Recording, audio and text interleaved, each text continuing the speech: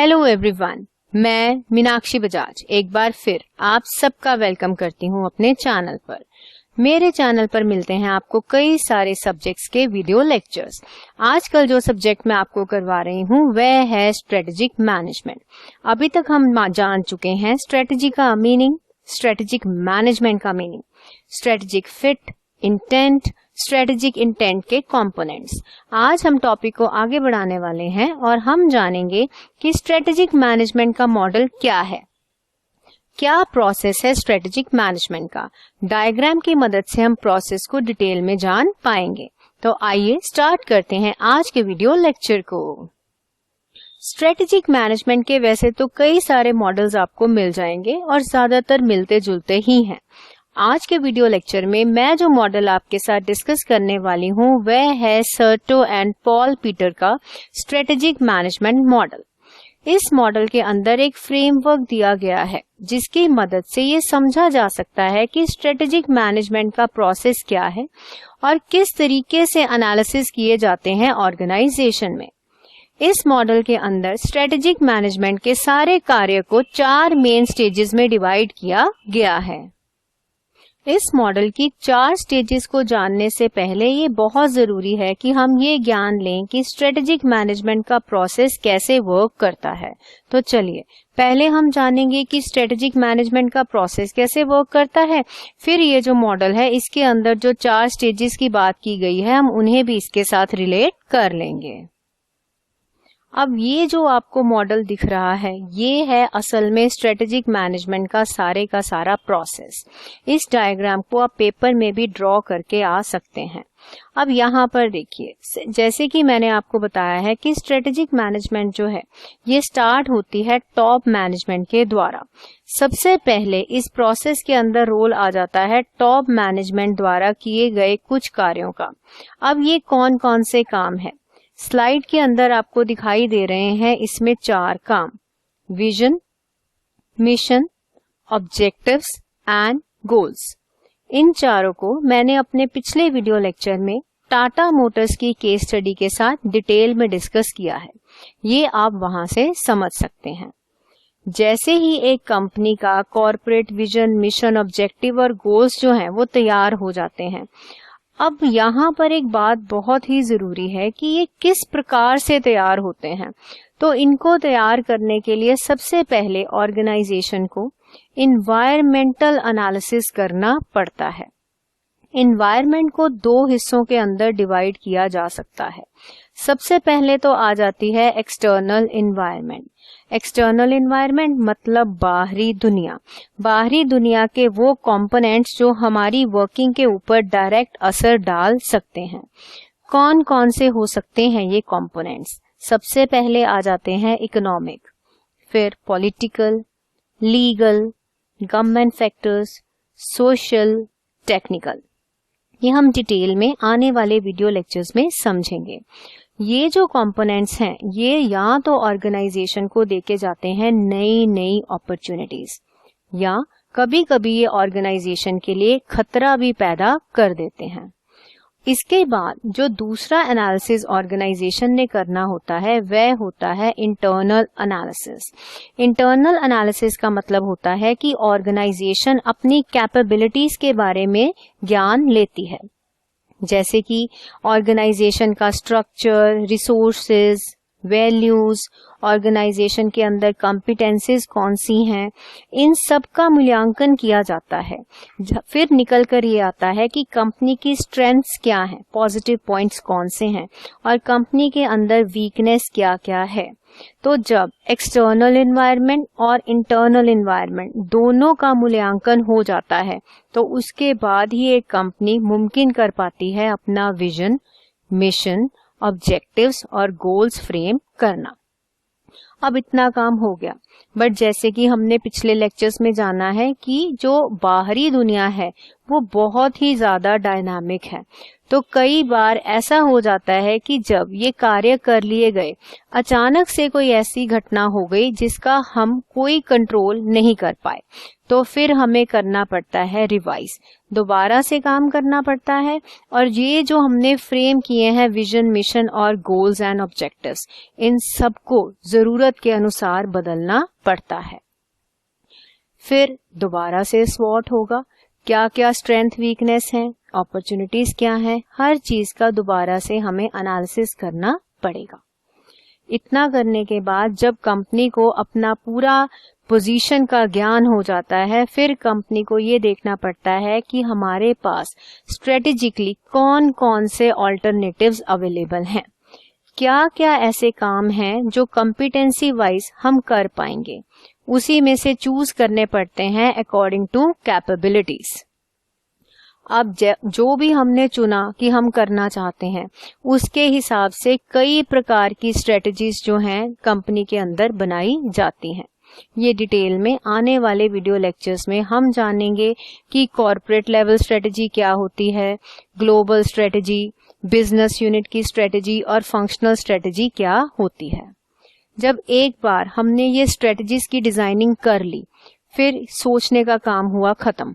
उसके बाद आएगा स्ट्रेटजी को इम्प्लीमेंट करने का दौर, जो सोचा है उसे असल में करके दिखाना, मतलब एग्जीक्यूशन।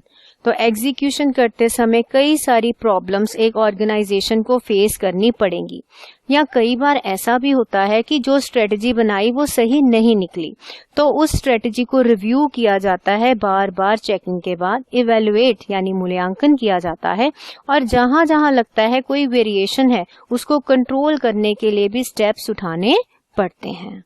तो ये जितना अभी मैंने आपको इसके प्रोसेस के अंदर समझाया है, ये सारा स्ट्रेटेजिक मैनेजमेंट का पूरी किताब का सिलेबस है, जो आने वाले वीडियो लेक्चर्स में हम डिटेल में जानेंगे।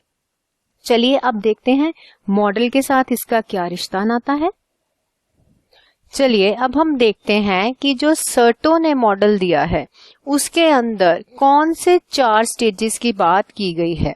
तो सबसे पहली जो स्टेज है उसमें बात की गई है स्ट्रेटजी फॉर्मुलेशन की। फॉर्मुलेशन का मतलब होता है किसी चीज को सोच समझकर बनाना। तो सबसे पहले एक ऑर्गेनाइजेशन जो है वह अपना मिशन, गोल्स और ऑब्जेक्टिव बनाती है। यही बात प्रोसेस के अंदर बोली गई है। अब मिशन स्टेटमेंट यानी उसका उद्देश्य, गोल्स मतलब जो एंड में हम जहां पहुंचना चाहते हैं, ऑब्जेक्टिव मतलब टाइम लिमिट के हिसाब से हम जो अचीव करना चाहते हैं। अब जितने भी कंपनी के अंदर एक्सपर्ट्स होंगे वह इन मिशन, गोल्स और ऑब्जेक्टिव्स को अपने दिमाग में रखते हुए प्लानिंग करेंगे और इन सब को अचीव करने के लिए एक ब्लूप्रिंट जो है उसको तैयार कर देंगे। अब जब ये सारा काम किया जाता है, जैसे कि हमने प्रोसेस में सीखा है, ये सब काम करते समय बहुत जरूरी है एनालिसिस करना। किसका एनालिसिस करना है? एक्सटर्नल और इंटरनल एनवायरनमेंट दोनों का। क्योंकि जब एक्सटर्नल और इंटरनल एनवायरनमेंट का एनालिसिस किया जाएगा तभी कंपनी को पता लगेगा कि उसकी क्या स्ट्रेंथ है, काबिलियत क्या है, वीकनेस मतलब कमजोरी क्या है कंपनी के अंदर। इसी की मदद से कंपनी को अपनी कॉम्पिटिटिव एडवांटेज के बारे में भी कंप्लीट जानकारी मिल जाएगी। अब कॉम्पिटिटिव एडवांटेज क्या होता है? जब हम अपने आप को कंपेयर करते हैं अपने कॉम्पिटिटर के साथ, तो हमें ये पता लग जाता है कि हम स्टैंड कहां पर करते हैं, किस किस डिपार्टमेंट में हम उनसे अच्छे हैं और किस डिपार्टमेंट में हम उनसे पीछे हैं, या यूं कहें कि इंडस्ट्री में हमें अपनी स्टैंडिंग के बारे में सही जानकारी मिल जाती है। जब एक्सपर्ट्स के द्वारा टॉप मैनेजमेंट के साथ बैठ के स्ट्रेटजी फॉर्मुलेट हो गई, तो इस मॉडल के अंदर ये बोला गया है कि अब बारी आ जाएगी स्ट्रेटजी को इम्प्लीमेंट करने की। इम्प्लीमेंट का मतलब होता है लागू करना। इस स्टेज के अंदर जो ऑर्गेनाइजेशन है वह स्ट्रेटजी को एक्शन में लेके आएगी और काम की शुरुआत कर दी जाएगी। सबसे पहले जो भी प्लान किया गया है उसके अकॉर्डिंगली रिसोर्सेज मतलब जितने भी प्रकार के रिसोर्सेज हैं, चाहे वो मॉनेटरी रिसोर्सेज हैं, चाहे वो फिजिकल हैं, नॉन फिजिकल हैं, सबको एलोकेट कर दिया जाएगा। जिस इंसान को, जिस एम्प्लॉय को जो काम दिया गया है उसकी रिस्पॉन्सिबिलिटीज बिल्कुल उसको क्लियरली समझा दी जाएंगी। जितनी भी पॉलिसीज बनाई गई हैं विजन और मिशन को अचीव करने के लिए, उन पॉलिसीज की इम्प्लीमेंटेशन की शुरुआत होगी। कंपनी के अंदर प्रोसीजर्स बनाए जाएंगे, कंपनी के अंदर सिस्टम क्रिएट होगा और ये सारा सिस्टम इम्प्लीमेंटेशन का हिस्सा ही बनेगा। तीसरी स्टेज आ जाती है मूल्यांकन करने की स्टेज। जब काम को शुरू कर दिया गया तो ये भी चेक करना जरूरी है कि काम सही हो रहा है या नहीं। तो जब स्ट्रेटेजी की इवैल्यूएशन की जाएगी उस समय परफॉर्मेंस को चेक किया जाएगा। परफॉर्मेंस चेक होगी जो पहले से ही प्री डिटरमिन्ड का मतलब होता है पहले से ही जो आपने सेट किया है ऑब्जेक्टिव उसके साथ। तो जब ये चेकिंग की जाएगी तो परफॉर्मेंस चेक अपनी भी करनी है और अपनी परफॉर्मेंस को कंपटीटर की परफॉर्मेंस के साथ भी कंपेयर करना है।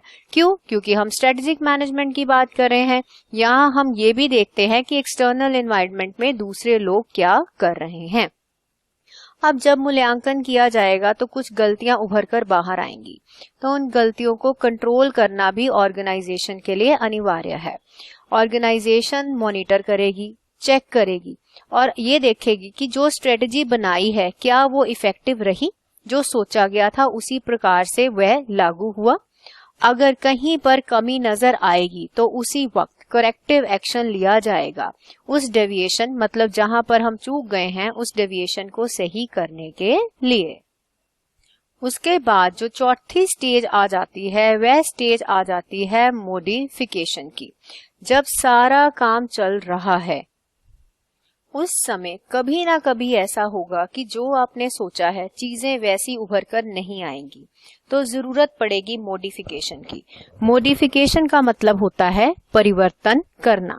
ऑर्गेनाइजेशन के अंदर स्ट्रेटजी जो है वह बन जाती है। उसके बाद कभी कभी जब रिजल्ट आते हैं तो ये लगता है कि स्ट्रेटजी सही नहीं रही। इवैल्यूएशन की, कंट्रोल किया तो ये निर्णय लिया गया कि अब स्ट्रेटजी को रिवाइज करने का समय आ गया है। रिवाइज मतलब दोबारा से पढ़ें, गलतियां ढूंढें और नई स्ट्रेटजी बनाएं।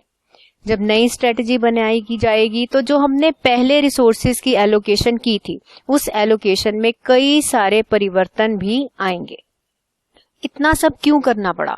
क्योंकि सर्कमस्टांसेस चेंज हो गए, जो सिचुएशन थी वो चेंज हो गई, जिस वजह से पुरानी सोच अब सही नहीं है। सुधार की जरूरत जो है वह कंपनी को महसूस हो जाती है। तो इस तरीके से ये हैं 4 स्टेजेस इस मॉडल की। तो अब अगर आपने ये दोनों टॉपिक्स गौर से सुने हैं, मॉडल को भी सुना, प्रोसेस को भी सुना, तो आप ये समझ गए होंगे कि एक दूसरे के साथ क्लोजली रिलेटेड हैं ये दोनों टॉपिक्स।